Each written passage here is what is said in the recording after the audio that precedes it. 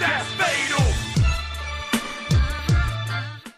How's it going, Fatal Family? DLC Pack 1 is finally here, and it felt like we waited forever for it. I'm so glad they put CM Punk in the first pack, because could you imagine if he was in the last pack? My god, people who are waiting for the Great Muta and Jade Cargill, good luck. But as always, with every single DLC pack comes a big patch, and this patch is 1.08, so I'm going to go through all the patch notes in today's video, as well as some new inclusions that were added into the first DLC pack. Let's go through the patch notes. For general, we have several stability improvements, whatever that means. New entrance and victory motions for Wolfgang, Mark Coffey, Chelsea Green and Piper Niven, non-champion motions, Alba Fire and Isla Dawn, non-champion motions, and Tony D'Angelo and Channing Stacks Lorenzo, non-champ motions. For audio, we have the ring announcer selection is now available in universe mode options. I think that was a big request, being able to change the ring announcer in universe mode, so we can finally do that. For presentation, we have improvements to super finisher visual effects timing, addressed reported concern where user interface was obscured in ladder matches, and improved blackout payback trigger timing. For Create an Arena, custom arenas with Raw, Smack in all capital letters, or NXT in their name will brand the referee appropriately. So it seems like if you title your arena Raw 2012, it will know that Raw is in the title and it will automatically put a Raw referee there. SmackDown movie is now named correctly. Addressed reported concern where the video billboard would lose its customizations. Users can now add customizations to parts with LED displays while the display is active. The display will temporarily turn off. After applying the customization, the display will turn back on. For Create a Superstar, colorless emboss setting is now saved correctly, and logos no longer shrink when editing first color. When saving Create a Superstar's entrance or victory, a prompt will be displayed to allow saving changes to universe mode. For deletion utility, the custom image category now displays the current utilization of space specific to custom images. Okay, this is a big one. This might actually fix, I don't know if it fixes it, but this will at least let you know how close you are to filling up that space, so we stop getting that damn, download error, download utility error, causing a lot of you to not be able to download custom cause or arenas or download anything really. So hopefully with this, it helps you to see how close you are to filling up that limit. For my faction, various improvements. For My Rise, Xbox One and Xbox Series X platform, addressed reported concern with achievement not being unlocked. Online, stability improvements. What does that mean? Like, are the entrances working properly? Is it not going to crash constantly? Can I have a multi-man match without it crashing? Do custom arenas work? Like, what does stability improvements mean? I would love some breakdowns for online so I know what works and what's not working still. And universe mode, addressed reported concern with players being able to select superstars not assigned to the current show. Addressed reported concerns with the match table and match generation. And finally, stability improvements. So that right there was patch 1.08. Let me know in the comment section down below, was there something that you were still hoping to be fixed that hasn't been fixed yet?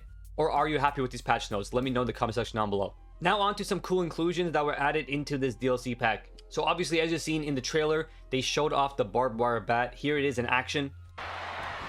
Ooh, any one of these attacks could cause irreparable damage, but I don't think you can come back from this many. But the barbed wire bat is not the only new weapon. I actually knew what the new weapons were going to be because data miners already revealed what they were like a couple weeks ago. So I already knew what they were going to be. I was curious if they were going to add all of them in it because, sometimes if you find a weapon in the game, doesn't mean it's making it into the DLC. But it turns out all these weapons that were data mined are making it into the DLC. So you also have the new door weapon, which acts like a table. Here it is.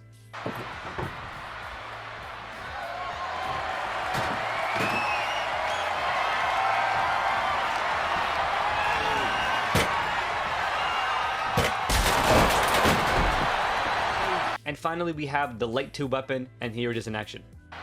Oh man, glass went flying everywhere. If you're playing with Sandman and you have a candlestick in your hand, or a light tube, it also works for a light tube, you have a unique attack if you're holding the weapon, and here it is.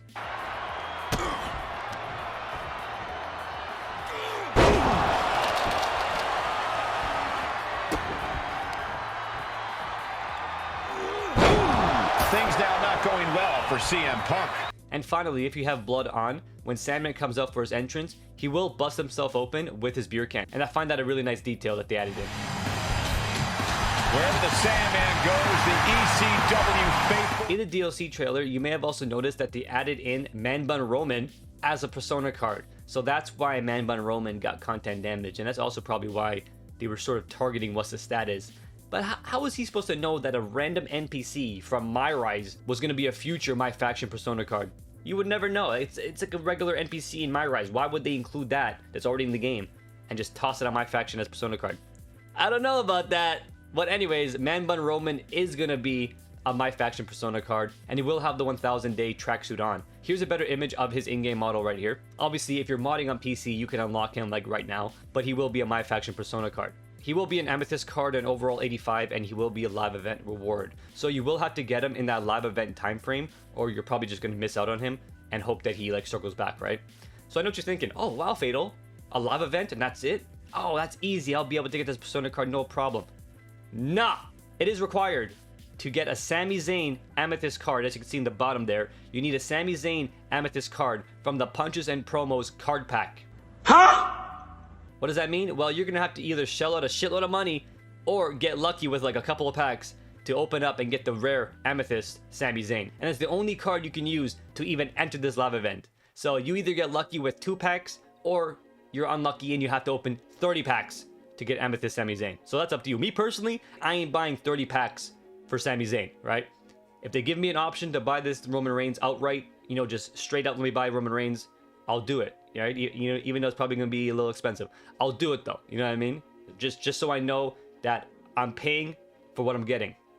But I'm not all about this whole buying 20 packs, buying 10 packs, maybe 5, in hopes to get the card I need to then complete the live event award. What if you open like pack number 15 and you finally get the card, but then something happens and you don't have enough time in your personal life to complete the live event award? Then what?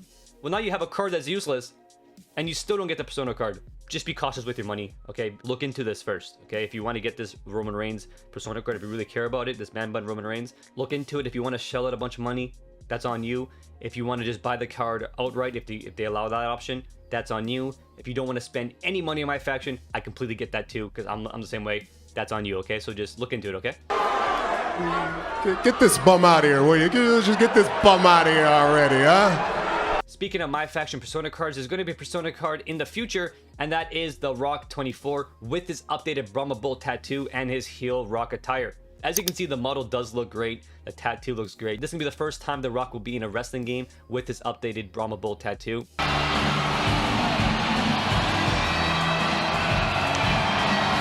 Now, before you ask, no, it does not come with an updated entrance. It will be The Rock's regular entrance. It's the biggest piece of dog shit. And he will be a future Persona card. So everything I just said about Roman Reigns Man Bun version for my faction, that's probably going to apply here as well. You're probably going to need a specific card to even enter the live event to get the Rock 24. But we'll cross that bridge when we get there, when the Rock officially gets revealed as a Persona card. But it's definitely going to be likely since this was found in the files. So yeah, look forward to that. Okay, thank you so much for watching, guys. That right there is patch 1.08, as well as some new inclusions that were added into the DLC pack.